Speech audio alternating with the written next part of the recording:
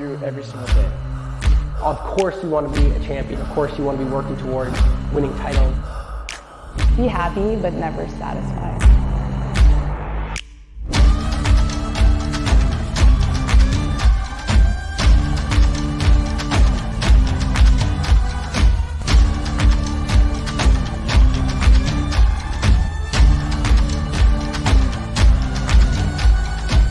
Better than ever.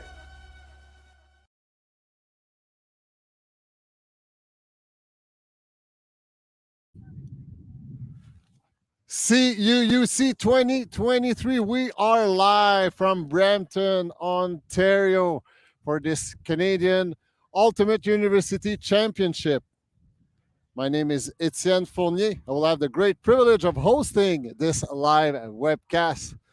Do not worry, I will not be alone. I will have the great pleasure of sharing the mic, and now it is confirmed, the most and best organized color commentator in the business, Chantal Dussault. Chantal, thanks for being here today. It's my pleasure to be here with you, Etienne. There is no bad enough weather for us not standing up on a picnic table looking at what's looking to be a very promising and exciting ultimate frisbee game. We are in the open division here. Chantal, the two teams that will face off are the Manitoba men's team, and they will face off against McGill's from Montreal. Can you tell us what is at stake for this game, or what's the historical between the historic between those two teams? Yes, absolutely. Hi, Etienne. Yes, it's a pleasure to be here. And with McGill, they are ranked for this tournament. They're ranked 4th. However, Manitoba is ranked 1st. Interestingly, in the past, last year at CUUC 2022,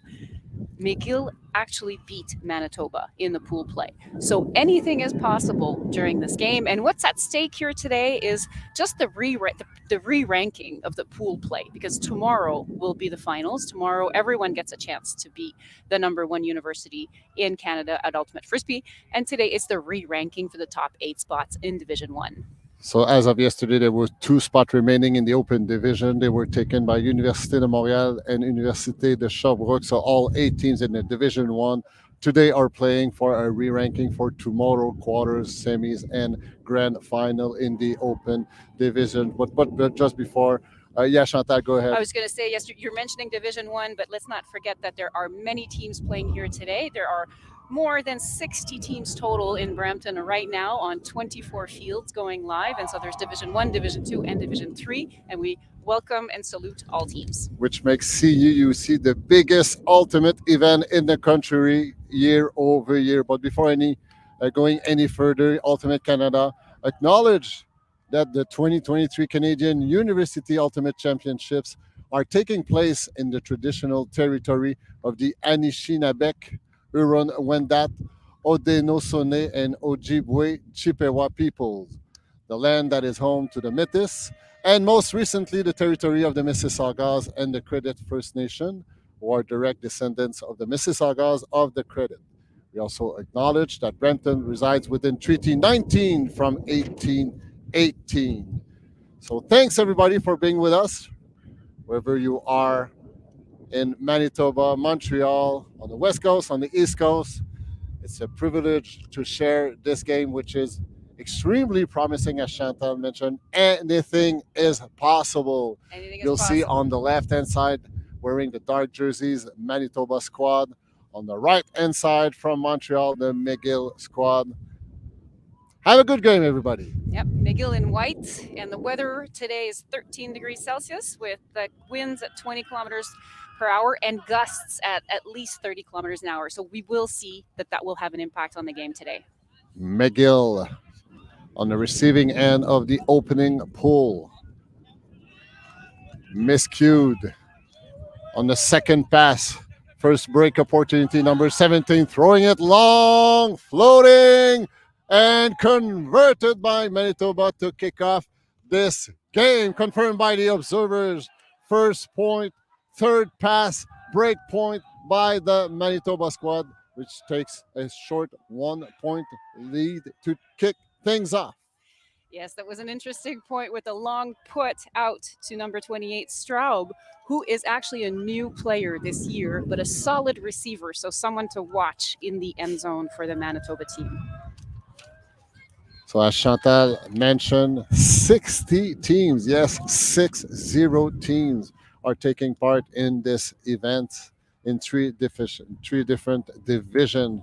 So we are looking at Division 1 in the open division. And one of the particularities of the university teams is that because the players have to be registered at university, there's a changeover in the players. And so, specifically for Manitoba this year, 2/3 of their team is new. So, 2/3 of the team playing with Manitoba had not played with this university team before. Although they do come from a very deep and very organized development program in Winnipeg, and they have played competitively. It's still the first time they're playing on this team. So a new chemistry that seems to be working out since they did the first point. So Manitoba being seeded first, if I'm not mistaken, of this overall open division. I'd just like to salute the Winnipeg Ultimate community, which year over year find ways of providing top level athletes throughout this university series or throughout the senior series or junior series.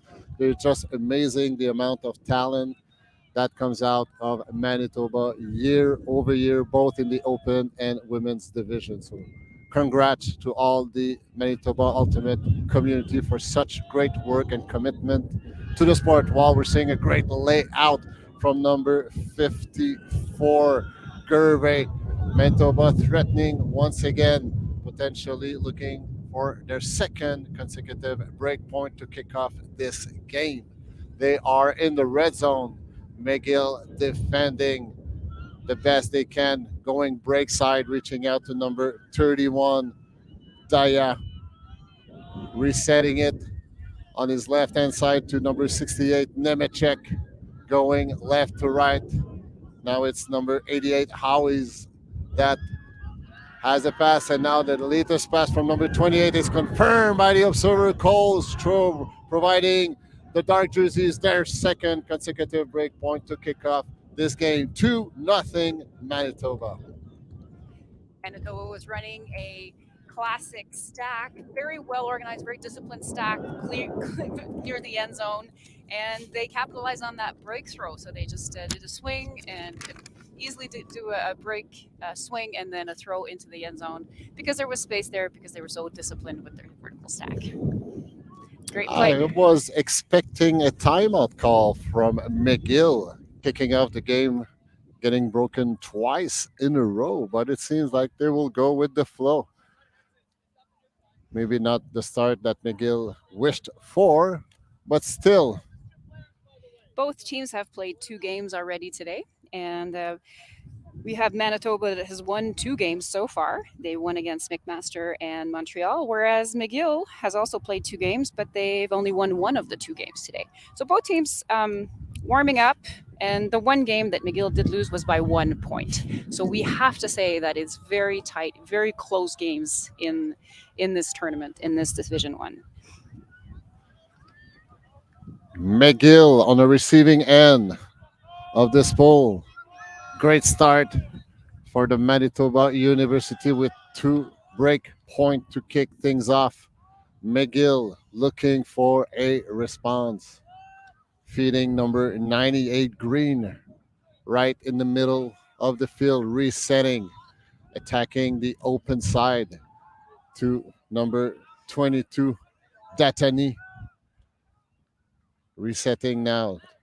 Podorovsky on the break side, feeding 10 O'Donnell. On the sideline, O'Donnell looking for some help. Finds number 69, McEwen, still along the sideline.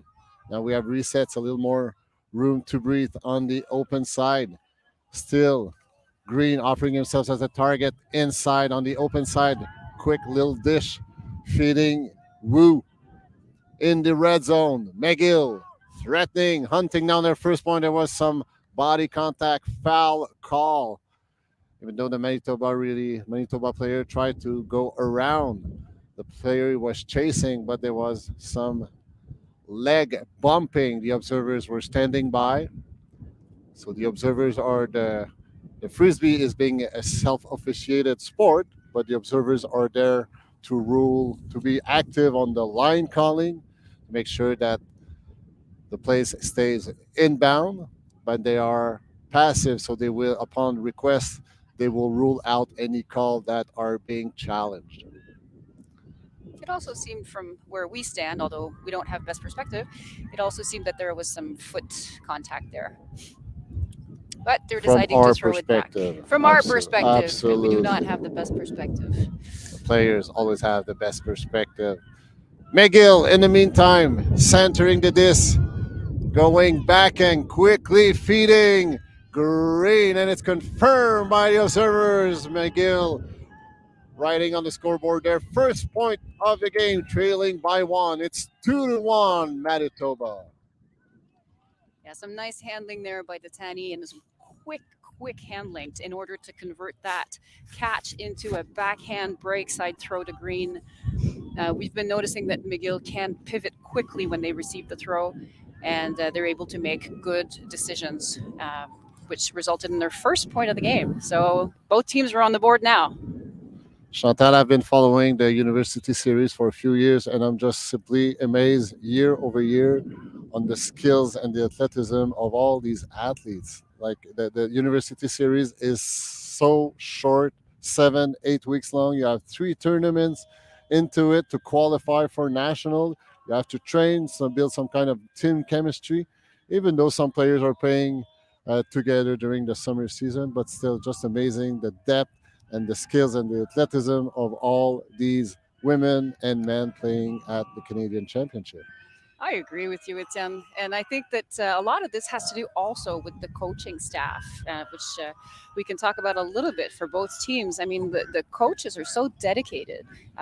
From McGill, we have Richard Bartle Tubbs, who is actually English and who coached the Austrian U20 team. And he is helped by three other people on the McGill team. Manitoba O-line for the first time on the field, doing a great job crossing the midfield line, looking for a reset, finding Murray wearing number 18, quick high release.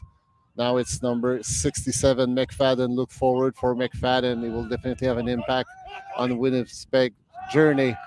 But it's number 88, Howes, who confirms Manitoba third point, first offense hold for the black jerseys. It's 3-1 in favor of Manitoba.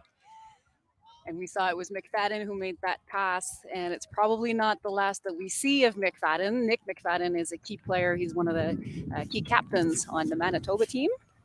And not only is he a key captain, he's been playing for a really long time, Etienne. An interesting story about McFadden is that in 2000, I forget exactly which year, but it was Worlds was in tournament. Winnipeg. Yes. In Winnipeg. And Winnipeg had put in 4 teams, and McFadden played on one of those teams. He played on the 4th team, and he was 12 years old.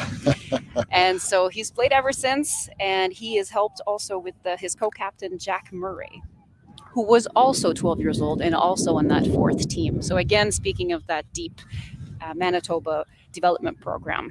It goes, Imagine you're 12 years old and you're playing in a world tournament. which was hosted in The Winnipeg. rules were different back then, which is okay. In the meantime, McGill on the receiving end, trailing by 2 early in this first half. 1-to-1 defense going long with a great backhand. Oh, just a little short from number 42, Pedersen, which nickname is Daddy. I don't have the exact back where's that nickname coming from, but still, Daddy, just a few centimeters shy of catching this amazing long backhand from McGill. White jerseys setting a zone defense, try to counter Manitoba's offensive effort. They are stuck in the corner of the field. There's a call, quickly resolve. Going long once again. It's a hawk fest here in Brampton. Everybody's invited under the disc, but it's Winnipeg who lands in possession, wearing number 26 from Manitoba. Still moving onward. Daya quickly resetting to 68. Nemechek flicking it in the corner, finding number 17 Tremblay for Manitoba's fourth point, and it's another break point from the Manitoba squad. They're now leading 4-1. Manitoba seemed to have a little bit of difficulty getting out of the corner with the cup zone that McGill was applying, but they managed to find the right throw, get out of that, and then just flow all the way through with their surgical throws, which have that accuracy, and then that great catch in the end zone. Now McGill is calling a timeout. Try to regroup, get together, find solutions. So they're trailing by 3, and Manitoba has scored 3 break point. It's a good time for a For those who are timeout. less familiar with the sport, a break point is whenever you start on offense a point. The logic would say that you have to score. If you get scored on, that's where the team that started on defense is scoring a break point. Very similar to what tennis, when you are serving and you're losing your game, you're getting broken. So the exact same principle here in ultimate. And maybe we'll use this McGill timeout to say that McGill has been in Division 1 for 6 years, Etienne. However, they have yet to win Division 1. And so they're looking to do that this year. And it's their 30th season as a club. They have been in existence for 30 years. And some of the players on the team today are the children of the founding members of the McGill Ultimate team of MUT. I know on the McGill's roster, I'm seeing a player which name is Zimmerl, Vlad Zimmerl, wearing number 16. So Yes. related to Mark Zimmerl, legendary player not only in Montreal but in Canada, in North America, and throughout the world. You don't know Mark Zimmerl ill? Well, maybe if I tell you about Shaggy. Everybody knows Shaggy in Montreal. Everyone knows Shaggy. Everybody knows Shaggy throughout the world. I think he made the Hall of Fame for Ultimate Canada. Did he Well, not? I think he built the Hall of Fame actually. So big kudo for Shaggy, still being very, very active. I saw him play in the senior division with a bunch of young kids that could have been his children, literally. Really? And he was still playing on the O line. So very, very At the senior impressive level. character, and Nice. wow, what an athlete. So, salut, Shaggy. In the meantime, Manitoba pulling it. Great pull, crossing the field. McGill on the receiving end. Their O-line moving onward. Crower with the disc, finding number 8, McKibben.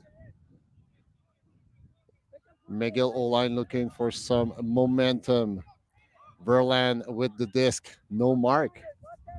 Got lots of time. Seems like there's a poach on the Manitoba side.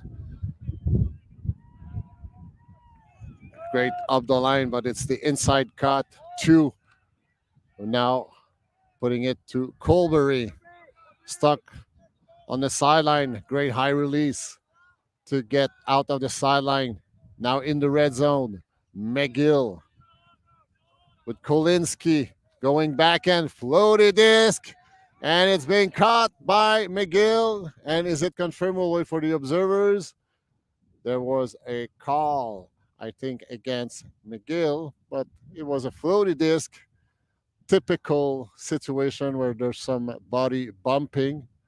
When the disc is floating, everybody's invited to the fest. But sometimes there's a little shouldering and a little elbowing in there. Players are So discussing. the 2 players discussing, reenacting. That's something also is very entertaining to see the people's skills, how good they are at reenacting what Yeah. just happened or what they think just happened. Those And were it seems two that great. it will be a contested foul, so the disc will go back to thrower, if I'm not Yes. mistaken. Looks like it. I was going to say those were two great catches, both by Kolinsky, 39, and the catcher Datany. They both showed great read of the disc and huge vertical on that reach. Good job to both guys, but it's going to go back to number 39. Kolinski with the disc, resetting it to Wu. Wu forced back in. The disc just slipped out of the receiver, which is two. And it's a turnover for Manitoba, quickly countering, settling it. Some kind of a split stack by Manitoba. Going long once again. There will be another fight in the air. And Manitoba's winning it. 28. Straub with the disc, looking for an answer, and it's 54. Gervais, who will score for Manitoba's fifth point, and it's another break point. Manitoba in the driver's seat, leading 5-1 in this first half.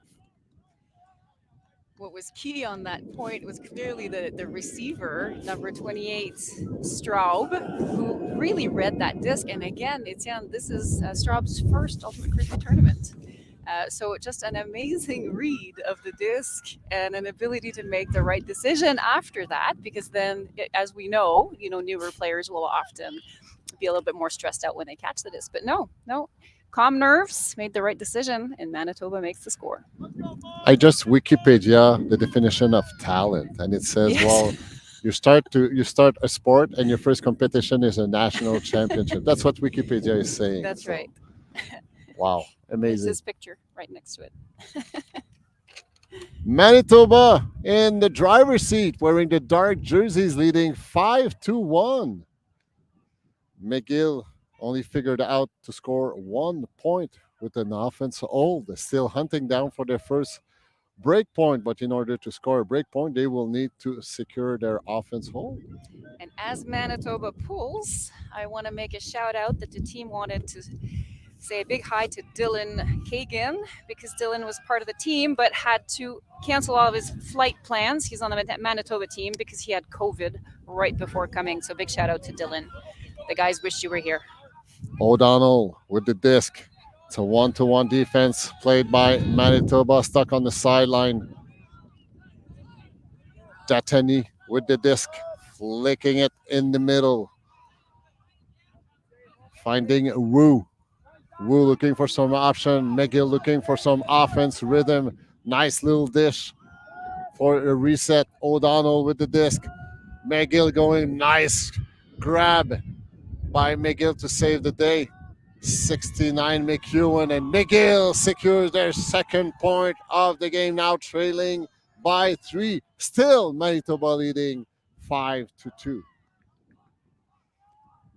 A really athletic catch by McEwen, number 69, by the end zone. That was a right-handed, twisty catch behind him slightly, and then he made that beautiful throw into the end zone. And you can sense the intensity and the grit, right? But the McGill team, they want this. They know they're behind. But they are just increasing the intensity, and I think it's working for them. And Chantal, you mentioned it, McGill program has been created 30 years ago, 3-0. Wow, that's just simply amazing. But they have never won a Canadian championship. Not yet. They're still hunting down. They're still hunting their first win. Yes. And they're helped with, I mentioned their main coach. Their main coach was Richard, and he has 3 assistants actually. So there's Nicholas, Maude, and Thomas. And they all have impressive credentials. Everything from playing Iris for Maude, which was the Quebec team, to Thomas, who played Mephisto and coached Manic, and Nicholas, who is an alumni legend at McGill. Nicholas Swan has been with the McGill team since 2012. So Manitoba O-line in action.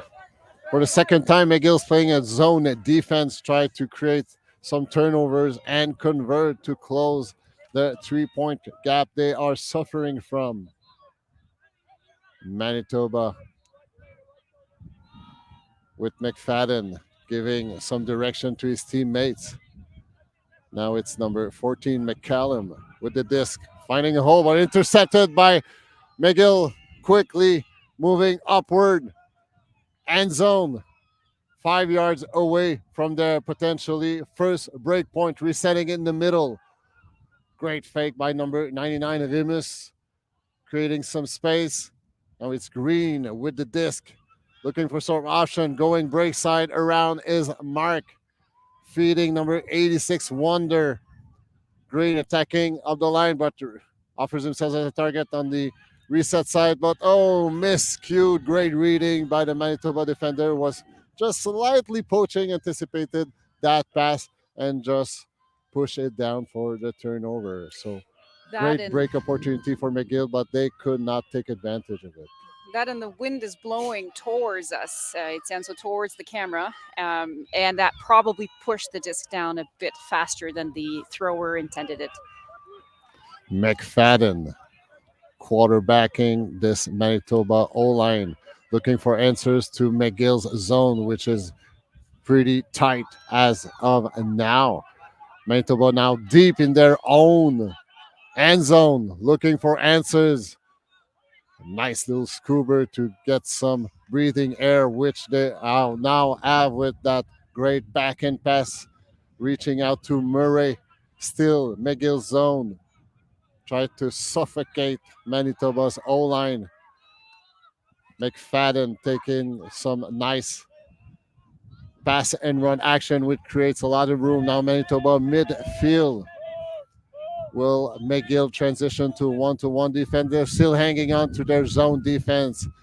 Manitoba now having some rhythm in moving the disc around, struggling to earn some yardage and going backward. They've just lost 15 yards over the last few points, but McFadden finds the hole.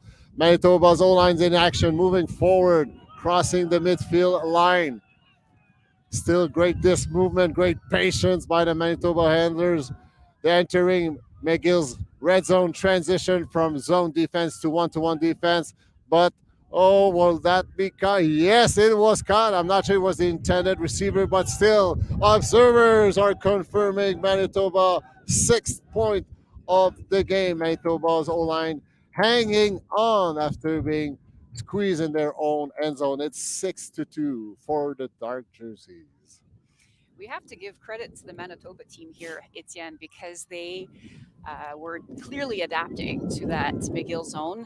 Initially, it looked they were struggling with the McGill zone, but they seemed to find those holes and to work with each other and keep that level of patience to keep possession of the disc and work it through all the way to the end without making a mistake. And in fact, they were mentioning to me, I had talked to them before the game, and they said that in their first 2 matches today, they've only had 1 break so far. That is very impressive. It's very impressive, and so it tells us about the level of patience they have when they have the disc, and the choices that they make with that disc. So if you got broken only once so far, it just shows, well, first your O line is very, very efficient, but you will lose the disc. There will be turnovers. So you need to play defense. So to just show how deep is the talent of this whole line. Not only can they deliver the O point, but if you lose possession, you need to find ways of getting it back in order to secure your offense hold. I'm wondering if McGill is going to apply another next time they're on defensive, but right now they're on offense.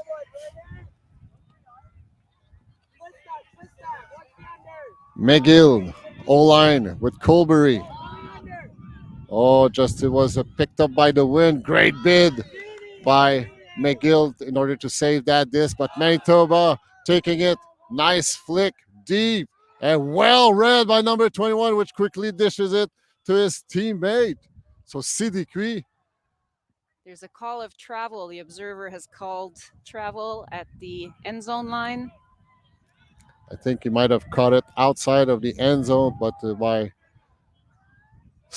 he stopped his movement inside the end zone. So you have to check back outside of the end zone whenever that happens. So Manitoba still being very, very efficient in the red zone, and observers are confirming Manitoba's 7th point. So the black jerseys in control, leading by 5, 7-2. Still in this first half.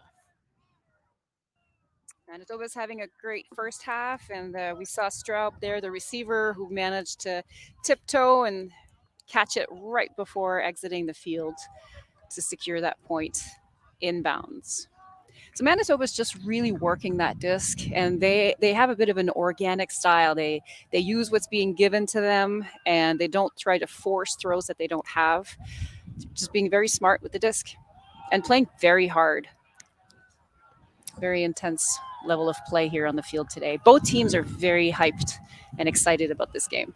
It is a national championship, and if you're not less familiar with the game, the winning team will have to score 15 points, so first team to 15, or the team that has the highest scored after 80 minutes of play. We'll have a halftime either after 40 minutes or after one of these two teams reaches the 8-point mark. That's right. So all the games throughout the weekend will be 80 minutes long, while the finals will happen through 90 minutes, unless one of the two teams reaches the 15-point mark. But the finals are being played tomorrow. Right now, we're looking at McGill in white versus Manitoba in black. McGill struggling with an unforced error. Manitoba quickly with Patterson centering the disc to Nemechek. Great inside cut by Siddiqui wearing number 21. Quickly, Manitoba fighting over second effort by number 20. I think it's Wang who jumped at first to catch the disc, but it was a little too high. But still, Folk kept his eyes on the disc to provide his team the 8 points. So Manitoba winning the first half 8-2 with 3 consecutive points. Yes, there was just the one small execution mistake from McGill, and that's all that was required for Manitoba to take possession and to take half, because right now the score has reached 8, and so it's already halftime. Manitoba 8, McGill 2, first half is done. We will take a short break ourselves and we'll be right back in a couple of minutes. Stay tuned.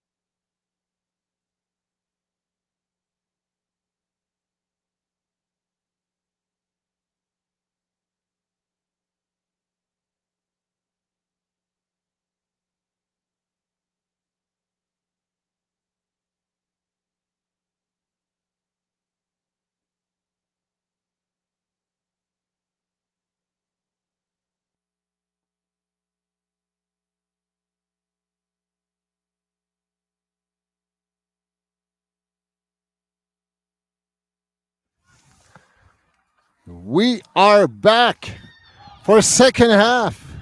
McGill wearing the white jerseys, Manitoba wearing the dark jerseys. We are in the open division. Pool play. Manitoba currently ranked first of this National Championship University Series. McGill celebrating their 30th anniversary as a program. So something worth mentioning, definitely. Yeah, and these CUUCs, they're held over 3 days, and the first day was qualifiers. So a few teams got to fight for spots that were left in the Division One top 8 teams division. So there were 9 women's team and 15 open teams yesterday on Friday that played to fight for spots. And then today and tomorrow, there are 60 team total. So Saturday is just pool play. And so for both of these teams, this is their first day of the tournament, both Manitoba and McGill. They did not have to fight for a spot. They already had their spot in the top 8. So today's their first day of tournament. And tomorrow we will see the quarterfinals, semifinals, and finals.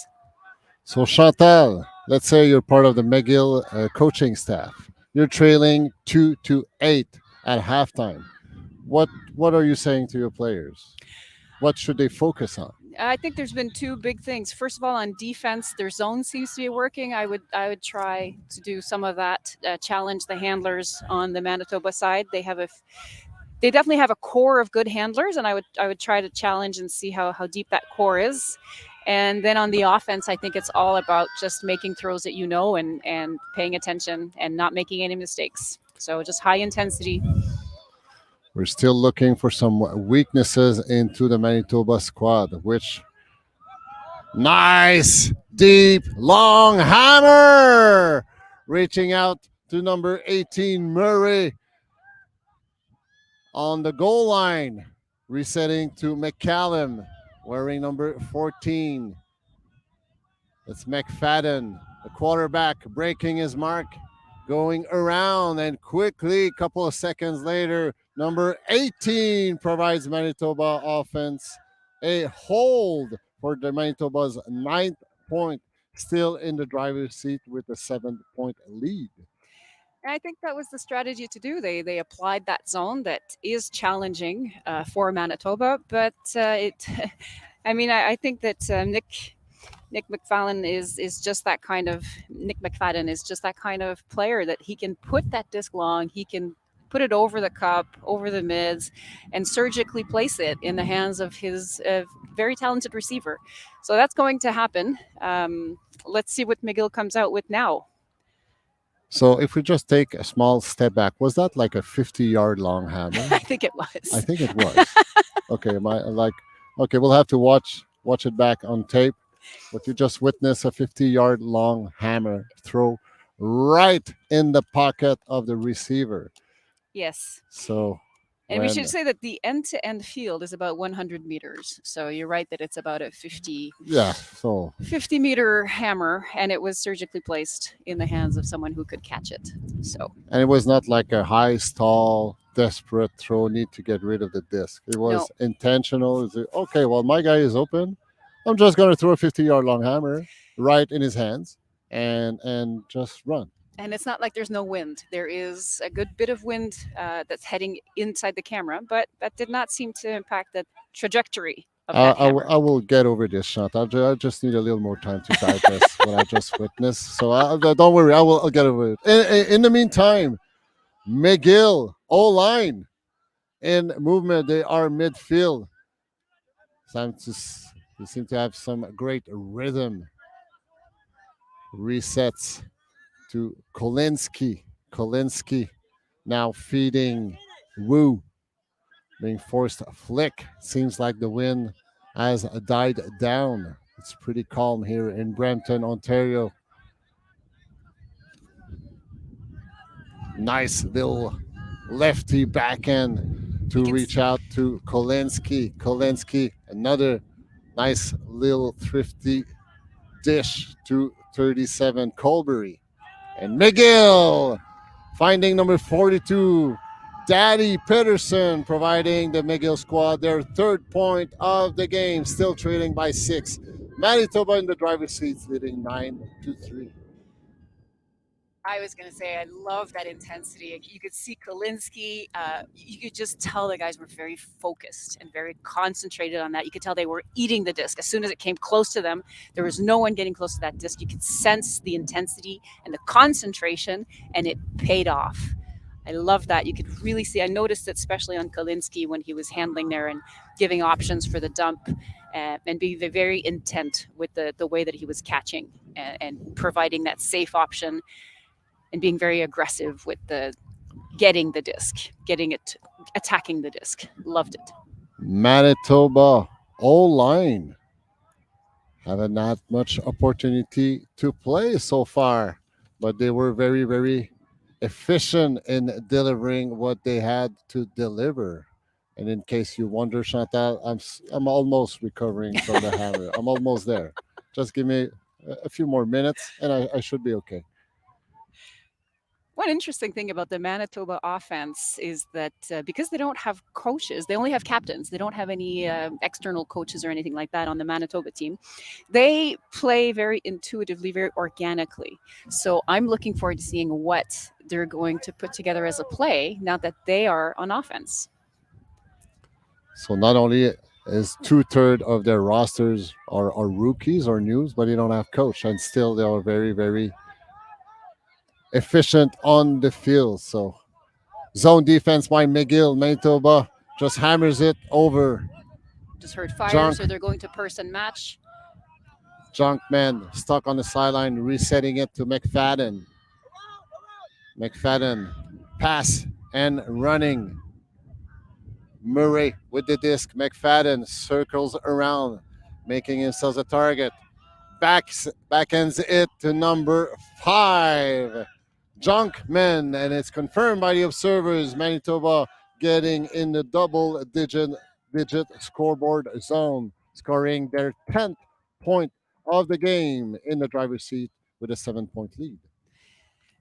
Manitoba received the pull, and they made some throws. McGill put on a good zone, but Manitoba was able to make those throws through the cup and just made some medium distance throws. Surgical again. That last throw by McFadden was just surgical. He saw that there was a defense there, but knew that the receiver would get there before, put a little bit of outside in on that throw, and the disc ended up exactly at the right place, exactly at the right time. McFadden is definitely not the tallest person on the roster, but boy, is he quick. He's super fast. He is a nightmare to cover. He just gets open. His first steps are just dynamite. That's right. And But his that with throws. the quality of the throws, and it's a bit of a menace, isn't it?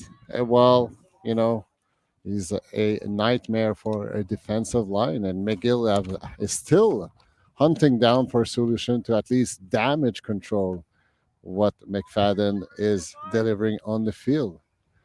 Speaking of which, McGill on the receiving end. Colbury on the sideline. 1-to-1 defense by Manitoba, resetting it with a nice break pass around the mark. McGill giving some nice pass and run, nice inside cut. Oh, what a nice pass. Great grab by number 48, Crower. That pass was initiated by number 39, Kolinski. What a great vision of the field and his teammate. He provides McGill their 4th point. Still trailing by 6. Manitoba 10, McGill 4. That's it. McGill has shifted into gear. You could sense again that intensity from Kalinske on that concentration, that intent. And Kroger, who was the receiver, is actually someone that comes from Germany. He was on the Germany's team, the under 24 team, and he played with Munich team as well. So now he's at McGill, and that was a fantastic catch in the end zone by Kroger. An impressive international squad coming from Montreal McGill. I had the opportunity of living not far from the McGill campus, and what an amazing campus it is. With It's the true. McGill ghetto, just that area, just aside of Montreal downtown. Beautiful place, just next to Mont Royal. In Canada, there are so many beautiful campuses. Really, if we think about it, I mean, UBC is just gorgeous. You know, I went to the University of Guelph, which has this wonderful Johnston Green in the middle of it. There's just so many beautiful campuses. And you have also studied in University of Calgary, if I'm not mistaken. I did. Manitoba O-line, led by McFadden. See how quickly he releases that disc and how quickly is just explode for a first step to offer himself as an easy reset for his teammates. And McGill still fighting with the zone defense, but they're playing a man-to-man on McFadden, trying to damage control. Number 67 wearing a dark jerseys. Manitoba's taking advantage of those little spot open in McGill's zone defense. Pedersen just on the sideline, tiptoeing it, but he still had almost a yard to go backward. Manitoba with Murray passing and running. He still have the disc. Murray flicking it with a nice inside cut from Howie's. Murray, him again. McFadden is being tightly guarded, so the other Manitoba players are taking over. McFadden just putting him side out of the traffic, but here he is back, getting involved into the red zone. Manitoba a couple of yards shy of their next point. McFadden getting himself, the time is running out. Nice lefty back end, but I think he threw it after the 10-second, or was there a contact? I'm not too sure what the call is, but there is a call for sure. He tapped his head, so I think that means 10 seconds were up because they only have 10 seconds to throw, of course. I missed the signal, but that's what the observers are confirming. Yeah, Uncontested. So uncontested it goes to stall McGill. down. So McGill,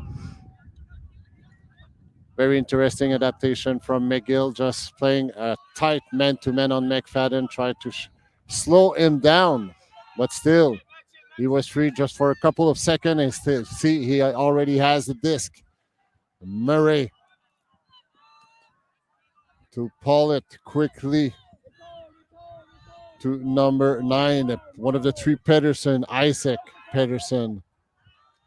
There was some bumping, incidental bumping. Murray was the victim. No arms done, no hard feeling. We'll just go back one pass with McFadden.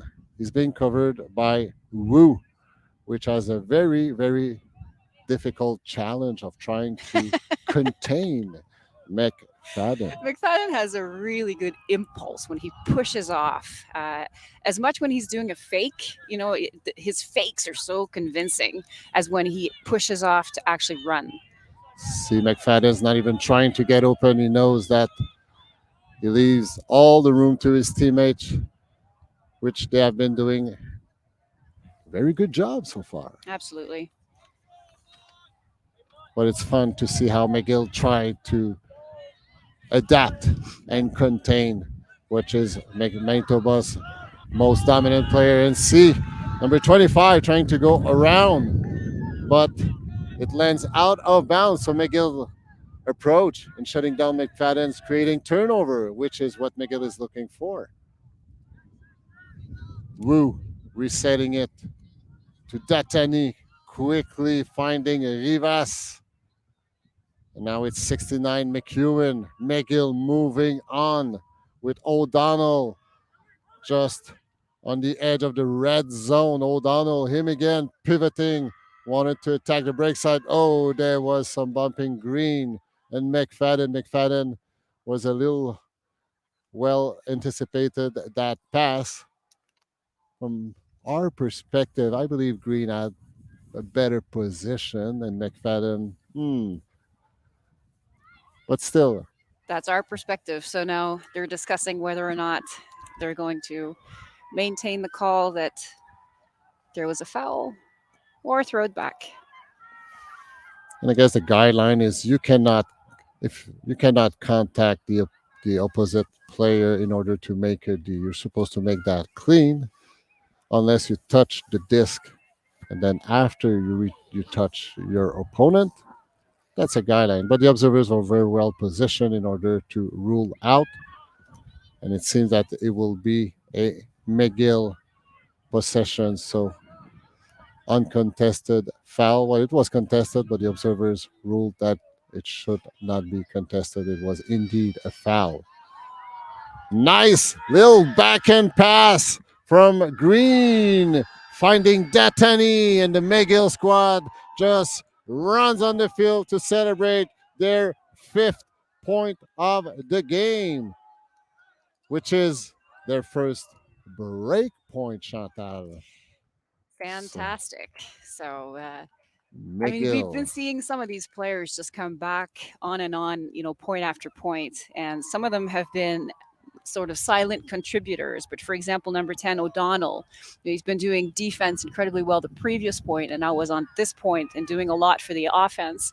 And, sometimes the players, just the fact that they're doing such a fantastic job at offense, they don't necessarily get mentioned, but they are so important in the quality of the play. And then in order to get that disc back, and then in order to get that disc scored into the end zone, it's just such a team sport, teamwork in order to do those. So good, McGill back in the game. And they have found a hole in Manitoba. We mentioned earlier in this webcast, well, do they have a weakness? Because their execution is so tight. Well, when you can contain, you will not be able to stop McFadden. But if you can contain him, then you have the opportunity of slowing or at least damage control Manitoba's O line with a great pull from McGill.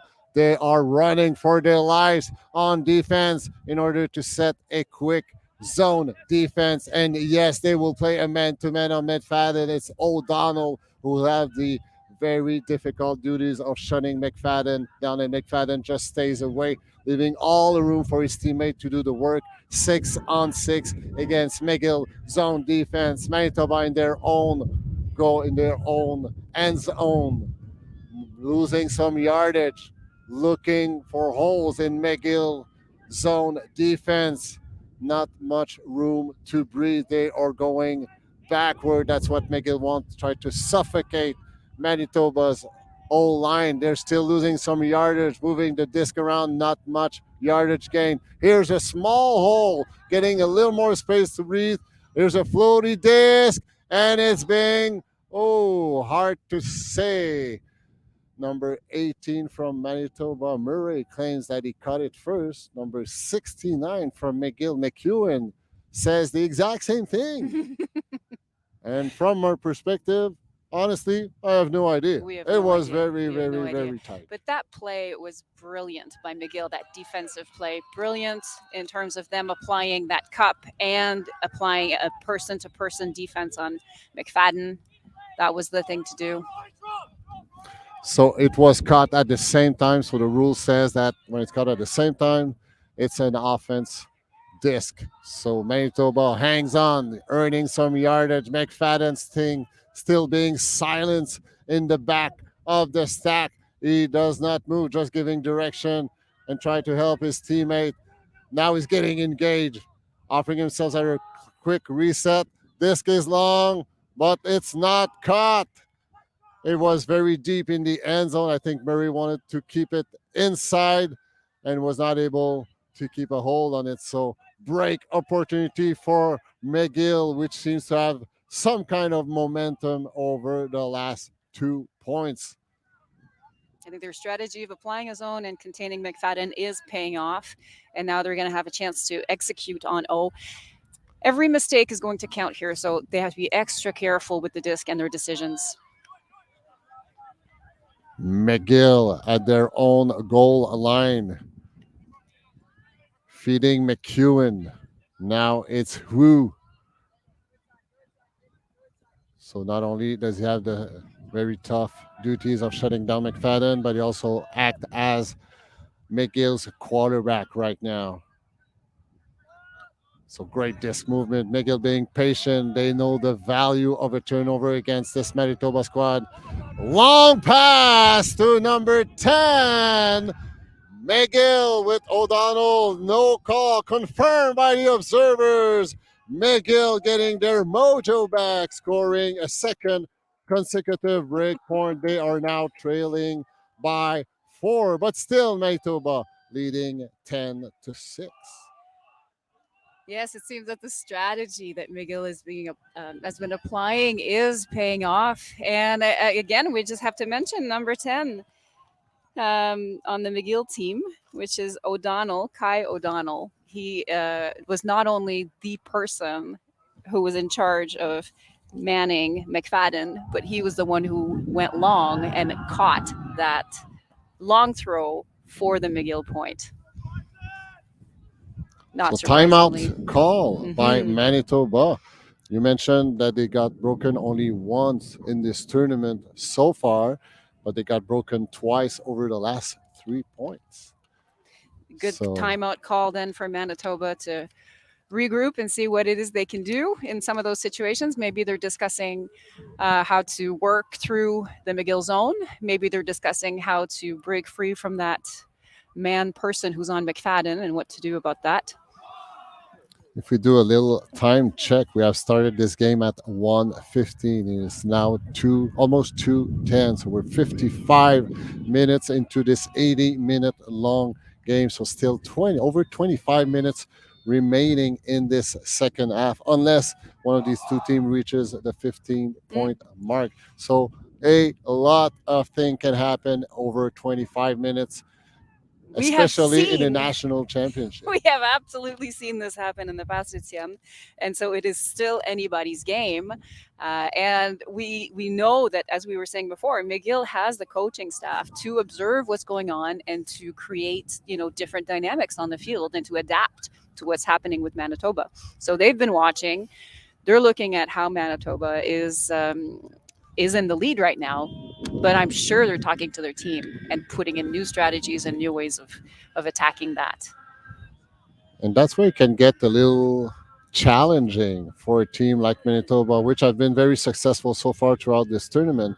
But when these kind of things, well, the other team is adapting to what you have been very, very successful with.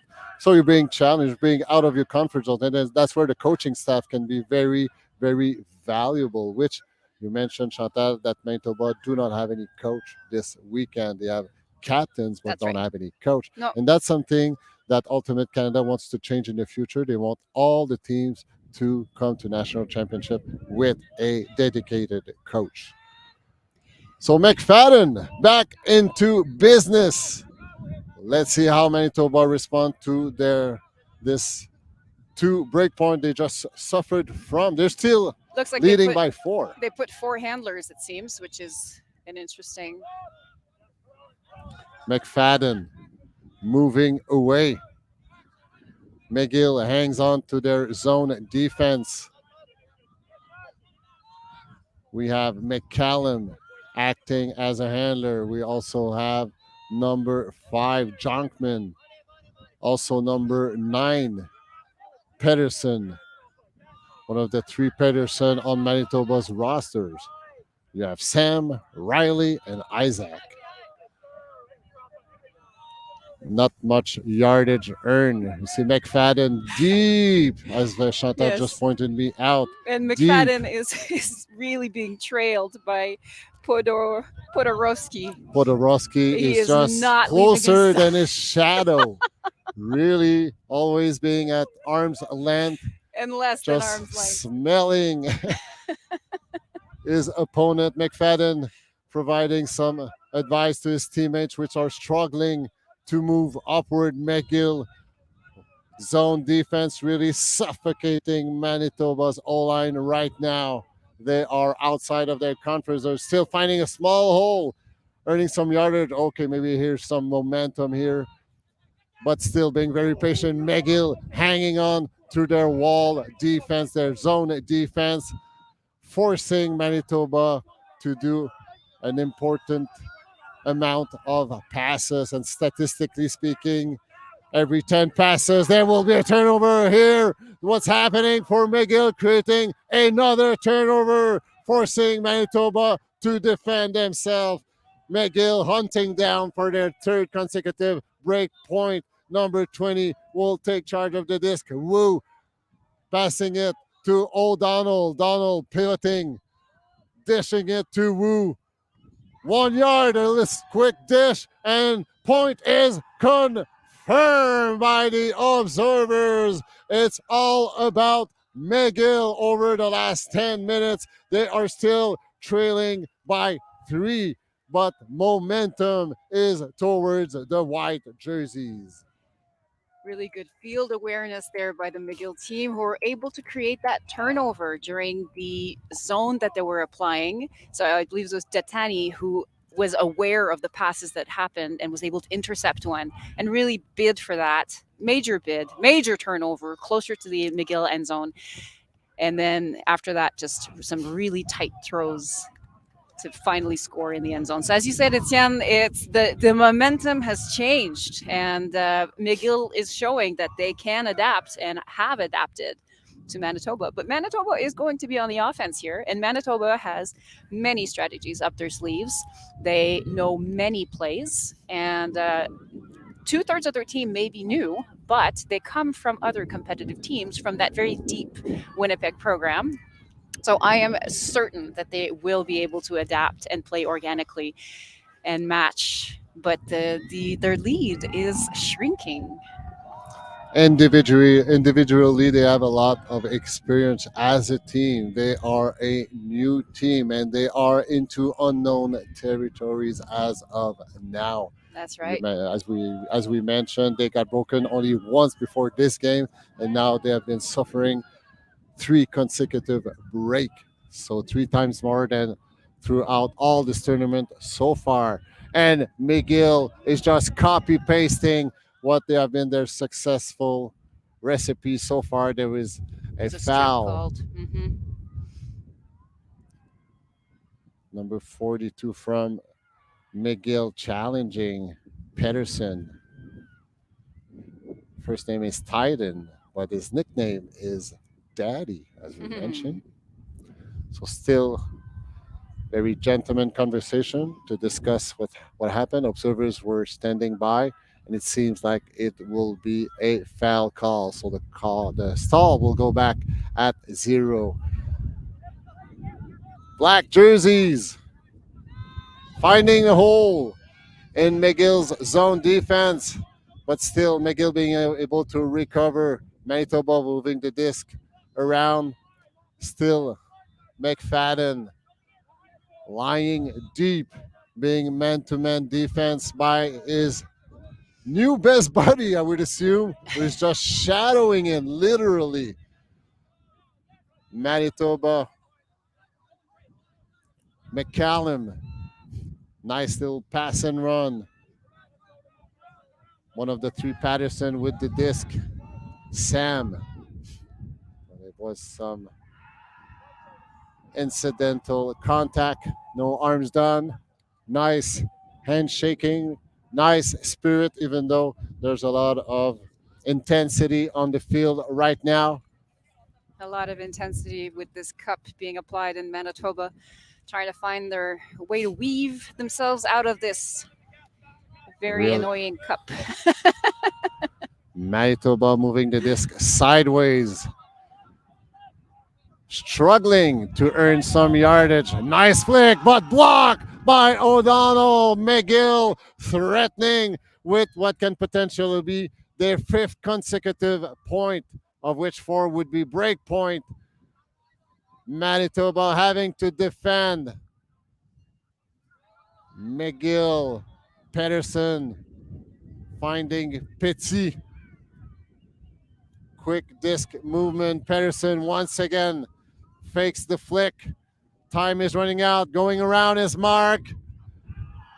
And number 23 waiting for the confirmation. Yes, it's confirmed. Jeffrey provides the white jerseys. McGill from Montreal. They're 8 point only now, trailing by 2. But most importantly, McGill has scored the last 5 points of the second half. The winds have changed, Etienne. The wind of change. The wind of change. Key on that point, we have to mention the great defense by O'Donnell, who created that turnover, which was fantastic. And then the pivot handling by Kolinski, who was in the middle and really took his time to select the receiver and select the type of throw he was going to make into that end zone. You could see that the wheels were turning, the intensity was there. He selected that beautiful break side throw. Went around with a fantastic pivot, went around and a big lunge around his defender to make that throw into the end zone. And that was the right throw, the right catch. And McGill are on fire. And now we're getting into the psychological aspect of the game. You look at the Manitoba squad, their body language is not as confident as it was in the first half. Their O-line got scored on for 4 points now. First half, Manitoba won 8-2, but in the second half, now it's 6-2 favoring McGill in the second half. Explaining where we're up right now, and you see McGill's zone defense just running for their life to set that zone. Now McFadden getting involved into the action. Manitoba trying to changing things, but McFadden is running long, staying away from the traffic, from the zone defense that McGill was able to suffocate Manitoba's O-line over the last few points. Pedersen with the disc now. Manitoba going long. McFadden is there with his shadow defending him. And McFadden puts an end to the McGill points. They have scored 5 points, but now finally Manitoba responding with a point. Oh, what a relief for the black jersey. Still in the driver's seat, leading 11-8 in this second half.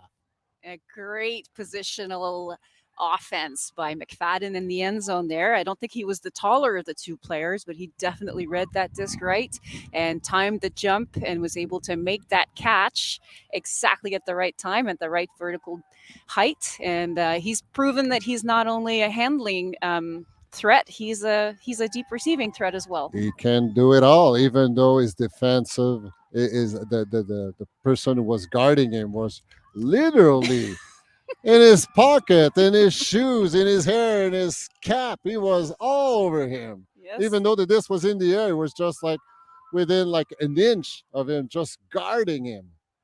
Wow. McFadden will have nightmares next night. Shadow nightmares. Absolutely. McGill on the receiving end. We haven't seen that for a little while. Manitoba's pulling the disc out of bound. McGill will put it back into play at the brick mark, which is the X you're seeing on the field, which is 20 yards off the end zone. 1-to-1 defense. It's a split stack being played by McGill, resetting it to Pedersen, one of the key players of McGill's comeback. Unfortunately, two cannot handle that pass. Manitoba with a break opportunity. We haven't seen that in a little while. Also, Manitoba, great layout grab by number 31, Dummer. Hammers it, and it's partially blocked by Pedersen, but it kind of a I'd say creative throw. Creative decision. Yes. Artistic decision. Yes. Everyone is on edge. You can tell everyone's on the sideline and everyone's on their tiptoes leaning into the field. The tension is at its highest here. The highest of the game. The second half have been all about McGill comeback. McKibben with the disc looking for a reset. Dishes it to number 37, Colbury, looking for a reset. Find 77, Verland. But there was a call. So I believe the disc will still remains into Verland's hand. It seems like there was some contact, some foul called against Manitoba's defense. I think it's Daya wearing number 31. That's where the observers is at least. Mm. There's still about 15 minutes left to the game, Etienne, if I'm not mistaken. So it really is anybody's game at this point with an 11-8 score. We have played 67 minutes, so less than 15 minutes remaining. McGill threatening. Pedersen a few yards away from a point. Flicks it to number 48 and confirmed by the observers. Crower providing McGill their 9 point, making this game back to a 2 point game with approximately 12 minutes. So, as you very well mentioned, Chantal, it is everybody's game at this point. It's anybody's game. And now we've seen that McGill has really shifted it into gear and they are hungry for it. They are cutting. I mean, I am just impressed with the level of athleticism and the speed and the intensity that they can put in those cuts in order to get open. It's giving a really great game. And it's hard to say what's going to happen next. McGill will be pulling. We can expect McGill to set their zone defense, which has driven amazing result in this second half. How will Manitoba O-line respond? We are late in the second half. Manitoba still 2 points ahead of McGill, but the pressure, even though they are still leading, is on the black jerseys. McFadden is back on the line now. He had taken the last point off. And let's see if McGill decides to do a man-to-man, Great person-to-person defense. McFadden, McGill, zone defense looking for a long threat. Will they go long? Holding it back, resetting along the sideline. Pedersen with the disc, flicking it in the middle, finding some holes, going long, and it's complete. Some relief for the Manitoba line. McFadden taking back the control, passes and runs his life out back and in the end zone, but it's out of bounds. It was very well defended. Manitoba's players staying down. Maybe it's off camera, but we have one of the Manitoba players that is down on the ground outside the field at this time. So just waiting to see what's the situation there. And on that throw from McFadden, I believe the wind might have caught that, or maybe it was just the speed because McGill have been applying such crazy amounts of pressure. And so McFadden, as we know, has been guarded so closely by someone that he has to move quickly or else he won't have the choices that he wants to make. So maybe he did precipitate that throw a little bit. Maybe it was caught by the wind that is blowing towards the camera here. The wind's probably something like 30 kilometers an hour at this time. So that is making a difference in the throws. While we're discussing if there was a foul call, I think it's McEwen wearing number 69 from McGill who was defending the player from Manitoba who is now up. Seems to suffer, but he's now up on his own. There's still some discussion to see was he pushed out. From my perspective, it seems like the pass was out anyway. But that, it goes so fast. I'm not too sure. What's your view on that? From my perspective, same as you. I had the impression that the throw was not inside the field, but we do not have best perspective from here. So let's let them discuss and see what. There's an observer there that was very close, so I'm sure they'll come out with the right decision. Let's take this opportunity to show a big kudos to all the observer squad, which are doing an amazing job. Once again, it's such a difficult task. Things are going very, very fast, and because of the limited amount of resources for a game, you can have up to 4 observers, but now there's only 2, so there's a lot for them to cover and to look after. but they are doing an amazing Mm. job. So And if thanks anyone's to all. interested in being an observer, Ultimate Canada does have observer training programs. So do inquire if that's something that is of interest to you. So it was ruled a turnover favoring McGill. But it's a Callahan by Manitoba. A Callahan, ladies and gentlemen. Wow. Patterson just anticipating that pass, stealing the disc away from McGill's reset, and just breaking a hip buster for McGill. They were on a great momentum, but Manitoba scoring their 12th point of the game by a Callahan. We do not see many Callahans in a tournament. It's always such a privilege to see one. So the anticipated, the defense anticipated that throw and intercepted it right into the end zone, created automatically a point for that team that was on defense, but then became automatically on offense and made that catch right in the end zone, creating a point. I love Callahans, Etienne. They're so exciting. It takes such an awareness also in order to create that turnover and sometimes we see people who make a defense in that situation. They will intercept or they'll create a turnover, but they don't always catch it. They don't always hang on to. They can block. Right. Yeah, right. They can block it. They don't always hang on to it to create that point, but in this case, they did. The Good score job. was 11-9 favoring Manitoba. McGill had the disc. Imagine if that scored. That was a 1-point game, but Yes. Pedersen just says, it's going to be a 3-point game. Now Manitoba back, 3-point lead. McGill, I should say. I'm too excited with the output of this game. What a show as this team have provided us. McGill going long. Great bid by Croger there. Full layout attempt at catching that long throw. So now Manitoba, not only are they leading by 3, but they have possession. So let's see how McGill's O-line can set a zone defense that will create turnover. McGill needs some point quickly. We have started this game at 1:15. It is almost 2:30. So we're into almost at the 75th minute of this game, which is intended to last 80 minutes. So about 5-6 minutes remaining. Trailing by 3, McGill. The clock is against the Montreal squad. It is, but it's a tight game, and McGill's doing a great job applying that cup right now, and Manitoba is struggling to get out and weave that disc out of there, which they have to do.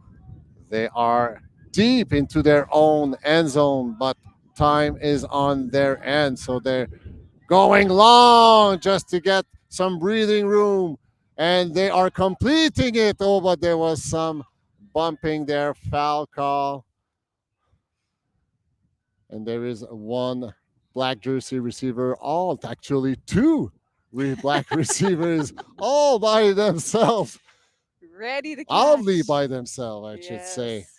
Well, not so oddly, given that McGill was applying a very good zone.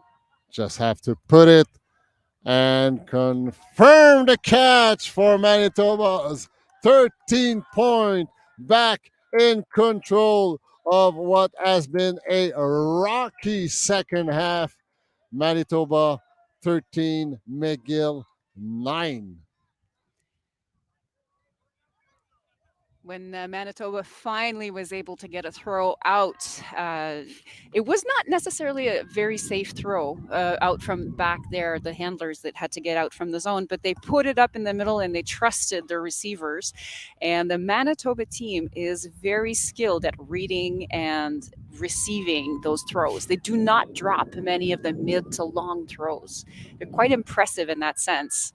So they must have a great experience and great training program there. And as soon as they caught it middle of the field, and then the cup didn't apply anymore, and then they were through. They made those that last long pass, and the rest was history. So it is. And of all the excitement that the 2 games today have provided us, well, you know what? It's not over. We have one last assignment today. We will witness in the women's division at 4:35 some more national championship action here in Brampton, Ontario. Chantal and Devon will have the great pleasure of calling our next assignment at 4:35. So make sure you are in a happy hour mode if you're in the Eastern Coast. If you're on the West Coast, well, maybe having a cup of tea after lunch to enjoy some amazing ultimate here in Brampton, Ontario 2023 CUUC series. Yes, we'll be covering the women's Toronto and Manitoba teams at 4:35 today. Manitoba with the disc. McGill trying to make things happen. They know the clock is ticking. They're trying to go with the long game, but they have not been successful. And Manitoba had took advantage of it. So McGill calling an injury sub, and Manitoba also taking this opportunity to sub in another player. So fresh legs for the end of this game. McFadden still being shadowed by Wu wearing number 20 from McGill. Wu is only doing one thing, staying close to McFadden. Try to McGill- shutting down McFadden, staying long. Manitoba going for the long game, but no target. They just wanted to throw it away. I guess they know clock is ticking and pressure is now on McGill, which McGill has switched it done up there, and they were applying a person-to-person match defense. So it's interesting that they're keeping Manitoba on their toes. Green hunting down this long pass, but there was three dark jerseys defender. Green could not win this battle. Manitoba McFadden with the disc. Great flick, great bid by Wu, but there's a foul call. Hard to tell from our point of view if there was any contact, and it's hard to tell from the two players. Things are going so fast, but from an athletic standpoint, the layout by Wu was just Amazing. wonderful. Absolutely. Outstanding layout, outstanding effort. Let's see here what happens in terms of the call, but what a great athletic effort by Wu there. So still, the observers, there was a foul call confirming there was contact for the defense. So unfortunately for Wu, great effort, but a little contact, which denies the D. Still, it's a Manitoba disc. McFadden. Manitoba in a bit of a stackish type of offense. Maybe more of a horizontal now at this time. Hammers! Beautifully executed by McFadden. It seems so easy. Number 17 was the target. Tramley. Now McFadden once again. Tramley at the brick mark. McFadden defended by Green. Little chaos in Manitoba's end zone play. But McFadden, and I believe we just hear the horn, which I believe was just started before the point was scored. So I believe this will be the ending point I believe of this game. This is the last point that will be played during this game. So this is the end score. This is the final score. Manitoba, unless we are wrong, we see the two observers getting together. So yeah, the players will shake hands. So that put an end to what had been an extremely exciting game. Chantal, I don't know what are your thoughts. I don't think I'm going to be able to sleep tonight. I will be too excited thinking back of this game. Well, I think it goes to show that both teams, they cannot take their foot off the gas, and both teams have what it takes to win tomorrow. And tomorrow, the top 8 teams in the Division 1 will have a chance to play in the quarterfinals, in the semifinals, and then finals. So it is still anybody's tournament. So today was a bit of a matchup pool play, to re-rank the top 8 teams, but it is still anybody's championship. So tomorrow. And to your point, and I suspect the other team that are playing in Division 1 will take a look at this web stream and take some note on what did McGill did good in order to slow down Manitoba's very, very efficient O-line. So What an amazing display of athleticism and great spirit also by those two teams, even though it was extremely intense on the field. Amazing also effort by the observers. So thank you very much, observers. Thank you very much, Chantal, for sharing the mic. It was, as always, a pleasure. Thank you, Thanks to all Etienne. of you for sharing this game. Our next appointment is at 4:35 in the women's division.